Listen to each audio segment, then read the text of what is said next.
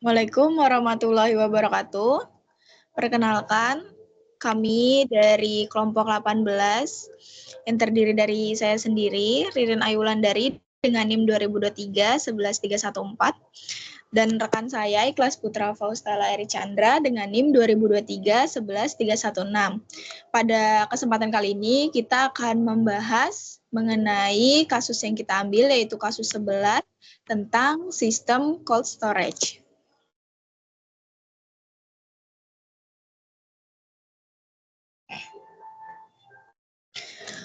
Pertama, untuk pengertian, cold storage adalah bangunan gudang berpendingin yang dirancang khusus untuk menjaga kesegaran bahan baku agar tidak cepat rusak atau busuk. Secara sederhana, fasilitas ini bekerja seperti kulkas raksasa yang mengatur suhu ruangan secara stabil agar lebih rendah dibanding suhu luar, sehingga produk di dalamnya memiliki daya simpan yang jauh lebih lama. Dalam alur bisnis, cold storage memegang peranan vital sebagai tempat transit sekaligus pusat pengelolaan stok, baik untuk penyimpanan jangka pendek maupun jangka panjang. Setelah kualitas barang dipastikan terjaga di dalam gudang, perusahaan kemudian akan mengelola proses pengiriman secara mandiri untuk menjamin barang sampai ke tangan konsumen dengan kondisi prima. Kemudian di sini terdapat keunggulan dari cold storage sendiri. Yang pertama itu dapat menjaga kualitas dan kesegaran produk, yaitu dia dapat menghambat pertumbuhan bakteri dan jamur. Hasilnya, tekstur, rasa, aroma, dan kandungan nutrisi produk tetap terjaga, seolah-olah baru saja dipanen atau diproduksi. Yang kedua itu dapat memperpanjang masa simpan. Cold storage memungkinkan perusahaan menyimpan produk dalam jangka waktu yang jauh lebih lama, bisa berminggu-minggu, hingga berbulan-bulan. Hal ini memberikan fleksibilitas bagi perusahaan untuk tidak harus segera menjual barang saat itu juga. Yang ketiga, dapat menjaga stabilitas stok dan harga. Cold storage memungkinkan perusahaan melakukan stok barang dalam jumlah besar, yaitu stok pengamanan. Kemudian, selanjutnya itu dapat mengurangi kerugian akibat pembuangan. Dengan sistem pendinginan yang stabil, risiko barang rusak dapat ditekan seminimal mungkin, sehingga efisiensi modal perusahaan jauh lebih terjaga, karena tidak ada bahan baku yang terbuang sia-sia. Dan dapat memfasilitasi distribusi jarak jauh, karena suhu barang sudah terkondisi dengan baik di gudang, perusahaan memiliki waktu lebih banyak untuk mengatur logistik pengiriman ke konsumen yang lokasinya jauh tanpa takut barang akan rusak di tengah jalan. Selanjutnya, di sini terdapat cara kerja dari cold storage sendiri. Yang pertama itu ada proses penyerapan panas atau evaporasi. Di dalam ruangan cold storage terdapat alat yang bernama evaporator, cairan pendingin yang sangat dingin mengalir di dalam pipa-pipa evaporator ini. Kipas pada evaporator akan menyedot udara hangat dari dalam ruangan dan melewatinya ke pipa dingin tersebut. Cairan ini dalam pipa kemudian menyerap panas dari udara sehingga udara yang keluar kembali ke ruangan menjadi sangat dingin. Yang kedua itu ada proses kompresi atau pemompaan. Setelah menyerap panas, cairan pendingin tadi berubah menjadi gas. Gas ini kemudian ditarik oleh kompresor, biasanya itu terletak di luar ruangan. Kompresor akan menekan gas tersebut dengan tekanan tinggi, sehingga suhunya menjadi sangat panas, bahkan lebih panas dari suhu udara di bangunan luar. Selanjutnya ada proses pembuangan panas atau kondensasi. Gas yang sangat panas dan bertekanan tinggi tadi akan dialirkan ke kondensor yang berada di luar ruangan. Di sini bantuan kipas akan membuang panas tersebut ke lingkungan luar. Karena panasnya dibuang, gas tersebut mendinginkan dan berubah kembali menjadi bentuk cair. Dan yang keempat itu pengaturan tekanan atau expansion valve. Sebelum kembali masuk ke dalam gudang, cairan pendingin melewati katup ekspansi. Di sini tekanannya itu akan diturunkan secara drastis. Penurunan tekanan ini membuat suhu cairan menjadi sangat dingin, yaitu jauh di bawah titik beku, sehingga siap untuk kembali ke evaporator dan menyerap panas lagi. Oke, mungkin untuk penjelasan mengenai materi dari cold storage-nya cukup. Selanjutnya, untuk CX Programmer dan CX Designer akan dijelaskan oleh rekan saya. Ya, baik. Jadi kami akan langsung masuk ke bentuk programnya. Saya share screen dulu sebentar.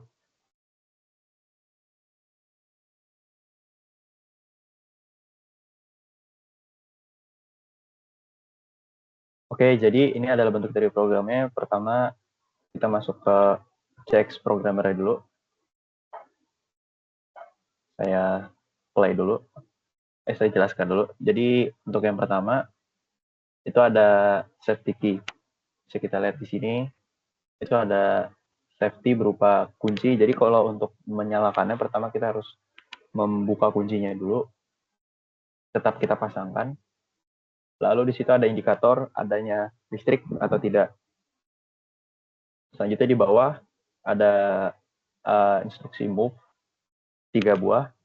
Jadi sebenarnya instruksi 3 buah ini, andaikan kalau misalkan di dunia nyata, untuk W0 itu temperatur ambien, temperatur ruangan sebesar 32 derajat. Selanjutnya ada humidity, kelembapan. Kalau di 64 itu berarti kelembapannya 100%, berarti benar-benar basah. Andai kata di luar itu basah banget, jadi untuk yang di dalam cold storage dia itu harusnya kering. Selanjutnya ada set point. Jadi untuk settingan defaultnya, settingan pabriknya, pendingin ini dia itu ditempatkan di 5 derajat.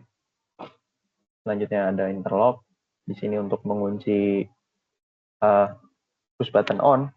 Jadi ketika kunci dibuka, ada listrik baru bisa kita nyalakan. Ini ada push button on, off, berbentuk rangkaian latching. Ketika kita pencet on, dia akan tetap on, walaupun push buttonnya kita lepas. Selanjutnya ada safety lagi. Jadi pertama di sini itu ada 2 sensor. Pertama ada sensor gas, kedua ada sensor refrigeran. Oh maaf, pertama ada sensor gas refrigeran. Kalau sensor ini menyala, berarti ada kebocoran gas atau gas leak. Saya zoom in dulu. Ini ada gas leak. Nah, itu ada sensor gas atau sensor tekanan gas. Di sini ada kalau dia terlalu tinggi ataupun terlalu rendah tekanan gasnya di kompresor atau di evaporator, maka ada kesalahan pressure atau ada kalau dia menyala berarti tekanan tidak normal atau abnormal. Nah, itu ada di emergency. Nah, emergency ini yang penting sebenarnya. Jadi di emergency ini itu ada dua buah parameter. Kalau ada kebocoran gas, kalau ada kesalahan tekanan, maka akan terjadi emergency. Kalau terjadi emergency, apa yang terjadi? Kalau yang terjadi adalah emergency, maka akan memutus interlock untuk kompresor, heater, humidity, dan monitoring sensor lainnya. Maka storage-nya tidak akan berfungsi lagi sebelum kita pencet reset. Di sini ada power, reset, gas leak, pressure, dan reset. Kita masuk ke pintu atau door. Nah, di sini sesuai dengan deskripsi pada tugas kali ini, kalau misalkan pintu dibuka terlalu lama, maka alarm akan menyala. Jadi ketika pintu dibuka, akan men-trigger door switch atau sensor pintu ya. Sensor pintunya yang dimana akan men-trigger pencetan waktu selama 20 detik. Kalau lebih dari 20 detik, maka alarm akan menyala. Bisa kita lihat di sini ada alarm di rung 16. Oke. Nah, ketika pintu dibuka, maka humidity akan naik lagi dan temperatur di dalam ruangan cold storage akan naik juga. Di sini ada interlock untuk emergency. Kita masuk ke sensor pertama. Sensor pertama ini kita gunakan sebagai sensor kontrol temperatur untuk kompresor. Nah, jadi kalau misalkan temperatur ruangannya di atas set point, berarti dia lebih dingin, kompresor akan menyala. Ketika kompresor menyala, maka akan memulai pendinginan dan temperatur akan menurun. Ketika di bawah, maka kompresor akan mati. Ya di bawah set point, kompresor akan mati. Selanjutnya di sini terdapat interlock juga. Fungsinya apa interlock di sini di antara kedua heater? Jadi dia itu fungsinya kalau seandainya kompresor menyala, heater tidak boleh menyala. Seandainya heater menyala, kompresor tidak menyala. Jadi keduanya tidak boleh menyala secara bersamaan. Kalau enggak ya nggak bakal dingin, bakal segitu-segitu aja. Nah, di sini ada heater. Kalau heater kebalikannya dari kompresor, dia untuk memanaskan. Misalkan temperaturnya di bawah 5, misalkan 2, 3, atau 4, heater akan menyala dan memanaskan suhu ruangan sehingga tetap pada set point temperaturnya. Selanjutnya ada monitoring temperatur, sensor temperatur ketiga. Ini untuk mengetahui kalau temperatur di dalam cold storage ini dia itu temperaturnya tinggi, steady, atau stabil, atau terlalu rendah, atau low temperatur. Nah, sensor terakhir itu ada sensor kelembapan atau humidity sensor. Yaitu kalau misalkan lebih besar dari 55 ini adalah 55 heksadesimal, itu berarti 85 desimal. Karena kalau di cold storage itu biasanya dia itu sekitar 85 sampai 90%. Kalau freezer, kulkas, itu dia bisa sampai 34 sampai ya 50 mungkin lah, atau 40-an. Karena ini bukan freezer, tapi melainkan cold storage. Dia hanya untuk mendinginkan di tempat yang stabil di situ. Kita butuh kelembapan yang stabil juga. Nah, makanya kalau ya itu lebih lembab daripada 85%, apa yang terjadi? Kipasnya akan menyala. Bisa kita lihat sini, fan dengan instruksi CMP greater than, maka fan akan menyala. Dan di sini adalah akhir interlock.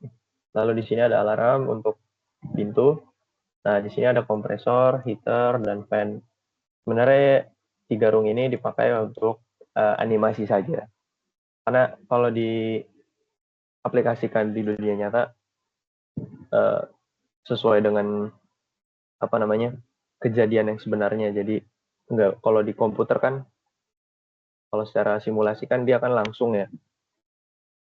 Maksudnya nggak ada delay, nggak ada jeda apapun. Kalau di dunia nyata kan mungkin ada jeda, temperaturnya nggak langsung dari 32 langsung ke 5, itu kan enggak, turunnya secara pelan. Makanya di sini ada di room 17, 18, 19 itu hanya untuk animasi. Kita langsung masuk ke HMI-nya.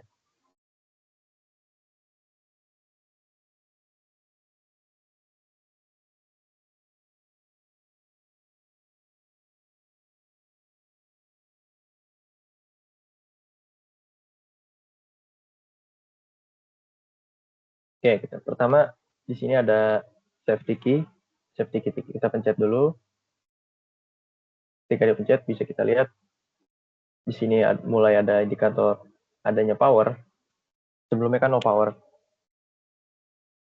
Setelah ada power baru bisa kita pencet push button on. Coba kita buka safety key-nya. Apa bisa kita pencet push button on-nya? Tidak bisa ya. Maka kita harus pencet safety key, masukkan kunci, baru kita pencet push button on. Untuk temperatur di dalam freezer, di dalam pendingin itu sebesar 32 karena kulkasnya pendinginnya belum nyala, dan di set di 5 derajat dengan kelembapan 100%. Kita pencet push button on, dan terjadi ya kompresor akan menyala dan kipas akan ikut menyala. Kenapa kompresor menyala? Untuk menurunkan storage temperatur. Lalu untuk menurunkan humidity, itu adalah tugas dari fan, dari kipas. Kita tunggu sampai menyentuh 5 derajat Celcius. Bisa kita lihat di sini prosesnya di text programmer. Kompresor menyala, heater tidak menyala. Untuk monitoring dia masih pada high temp, karena dia di atas temperatur set suhu di storage-nya. Kita tunggu 8, 9, 7, 6, 5, 4. Ya. Nah, misalkan kita mau menaikkan temperatur, kita set di angka 9, kita pencet temperatur up, dia akan menaikkan temperatur set.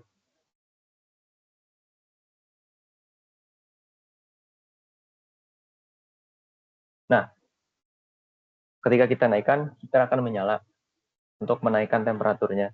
Kalau kita turunkan lagi, ketiga, kompresor akan menyala lagi untuk mendinginkan. Selanjutnya, kalau misalkan kita mau membuka pintu, coba kita buka pintu, apa yang terjadi? Ya, storage temperatur akan naik, humidity akan naik juga untuk menyamakan suhu ambien dan kelembapan ambien. Untuk menyamakan, kipas akan menyala, kompresor akan menyala, sampai akhirnya dia pada set point-nya. Kalau misalkan pintunya kita biarkan terbuka, coba kita tunggu ya. Apa yang terjadi? Ya, alarm akan menyala. Ketika alarm menyala, apa yang terjadi? Alarm akan tetap menyala selama pintunya terbuka. Makanya kita harus tutup pintunya. Alarm akan mati. Dan semua berjalan dengan normal. Nah, selanjutnya kalau misalkan ada kebocoran gas ketika sedang beroperasi, apa yang terjadi? Ya, akan terjadinya emergensi. Emergensi akan menyala, bocoran gas masih terjadi, kita benarkan tidak akan terjadi kebocoran gas lagi, maka kita bisa pencet tombol reset untuk memulai operasi pendinginan lagi. Begitu juga dengan tekanan gas, sama emergensi juga bisa kita lihat. Kita benarkan, sudah tidak ada lagi tekanan tidak normal. Kompresor tidak akan bisa menyala walaupun temperaturnya kita naikin, walaupun kita turunin juga, karena masih pada keadaan emergensi, maka kita harus reset. Jika di reset, ya heater akan menyala, ataupun kompresor yang akan menyala sesuai dengan temperatur setnya. Jadi, sepertinya begitu dari program kelompok 18 kami. Mohon maaf jika ada kesalahan kata. Terima kasih. Wassalamualaikum warahmatullahi wabarakatuh.